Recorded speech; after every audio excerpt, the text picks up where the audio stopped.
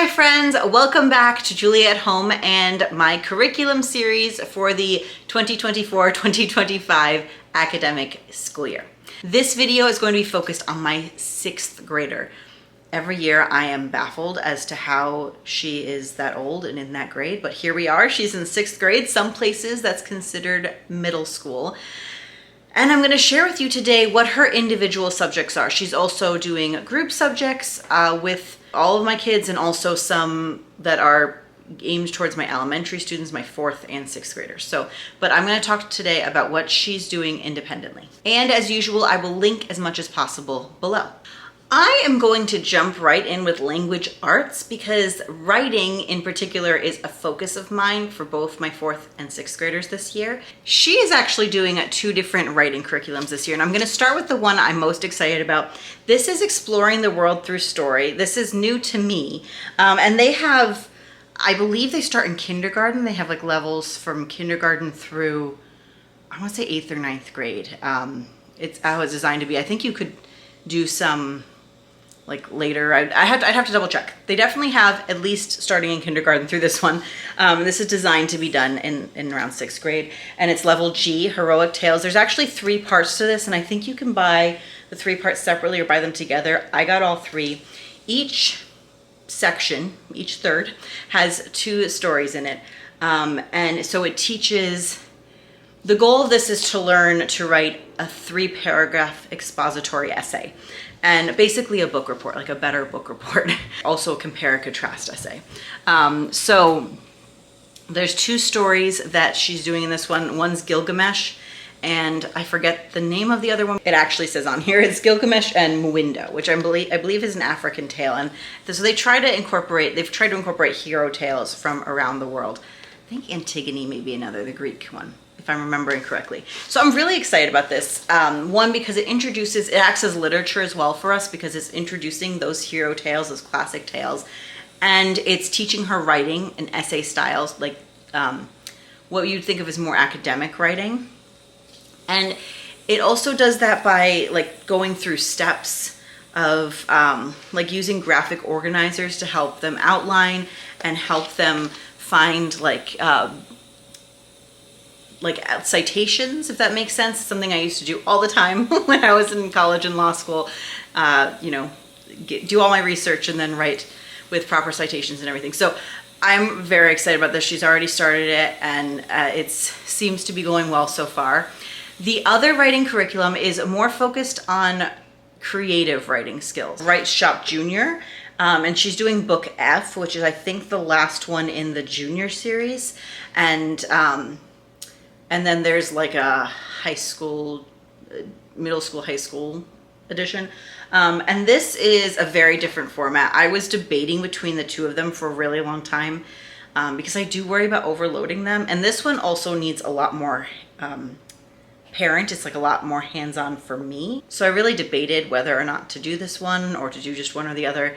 But I think they're gonna solve different purposes. And I think that in the end, they'll really help her develop quite strongly as a writer. So this one has, it's a little hard to explain, but there's units that are called lessons. I think of them as units, and each lesson or unit has like grammar and like a pre-writing activity, a modeling and teaching section, and then skill builder, which I think of like as writing tools, and then brainstorming, writing project, and editing and publishing. So it's each lesson or unit, as I think of it, is focusing on a different style or a different genre. So the first one is adventure stories. I'm not sure how much you can see. It comes with a lot of other things too. There's like a lot of visual things to put together, and I don't fully know how to describe this. If you're interested, I can do kind of a flip through of the stuff I have for this. This is my first year using this curriculum as well, so I'm not as versed in it in the explanation, but we will be using it with her this year, and I hope it goes well. All right, that was writing.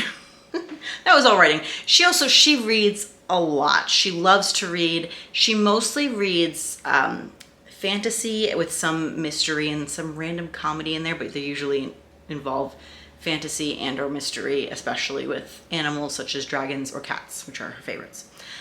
She loves the Warrior Cat series. She loves Wings of Fire, those kind of things.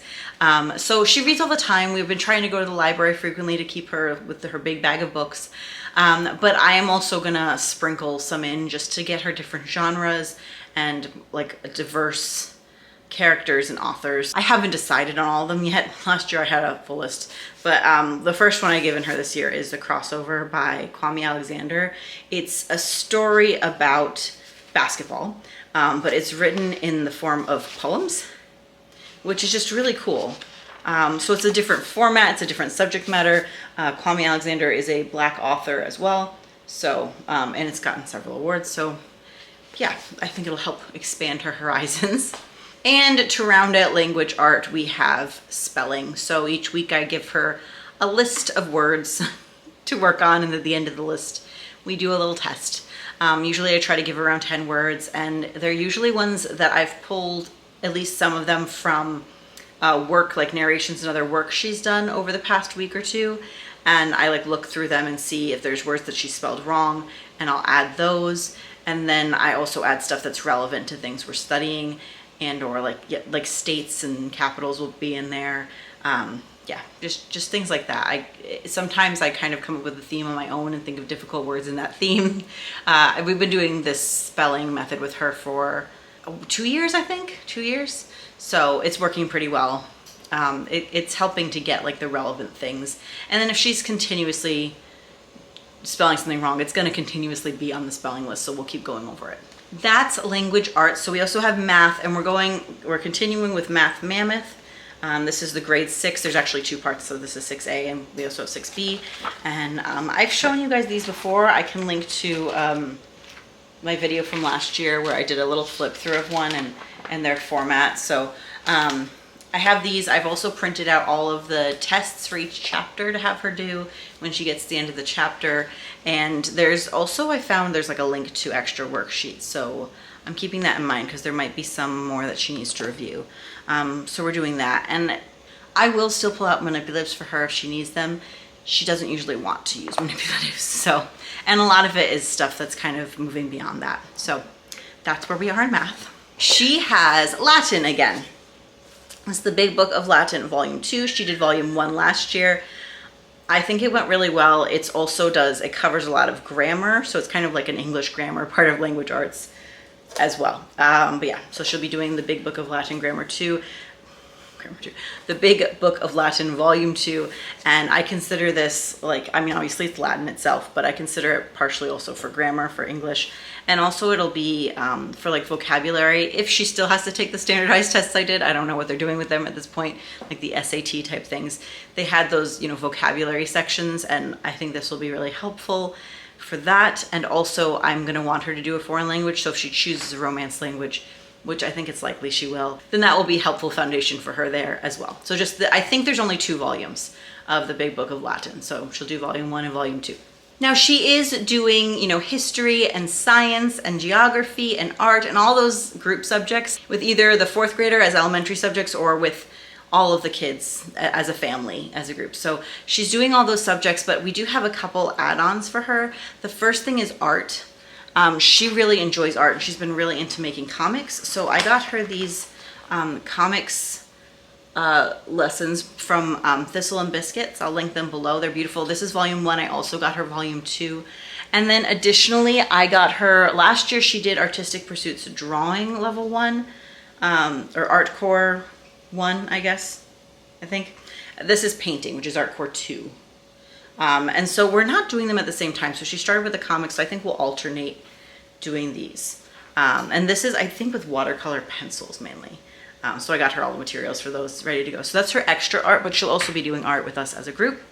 And then in addition to the history that she's going to be doing with the 4th grader and a little bit with the younger ones, but not really, I have some extra reading for her. So I will be pulling out, and I actually already have, some chapters of this to assign to her to read along with our history. And then there's a few historical fiction or historical related books that I'm assigning to her as well that will go along with our history. And we also have Books of Century this year finally. So I got these, I think these are from Living Books Press, which I think they're a religious company, not secular, but there's nothing, like it's a timeline book, and they have prehistory and everything in here. So it doesn't go, so the Charlotte Mason Book of Centuries just has a spread for each century. This one, I actually like that it has that for the older centuries, and then as you get closer to modern day, it actually has shorter amounts of time. So I think in the 14 or 1500s, it moves to 50-year increments, and in the 17 or 18 to 20-year. And then I think once you get to 1900, it's like 10-year increments. So I'm hoping you can kind of see how this works. There's like one side that's blank, and this other side has a year on it, or a series of years. Sometimes it's 10 years. As it gets closer, it's just 1 year, where it's like a 10 years per page or per spread. And you would make notes of something that's happened during that time, and then you can draw things over here. So it's Charlotte Mason would have started this in what I think we call 5th grade. I forget what form that was. And so I got it for both my 6th and my 4th grader and myself this year, so that once a week we can just add something we learned in history to the book, and then we'll keep using it over many years. And as I said, go ahead and look back at our family or group subject video to see like the full overview of what she'll be doing, because there's a lot of family subjects, but that's her individual subjects, and that's what we'll be doing, and hopefully it will be a wonderful year, and you are having a wonderful year as well. Bye, friends.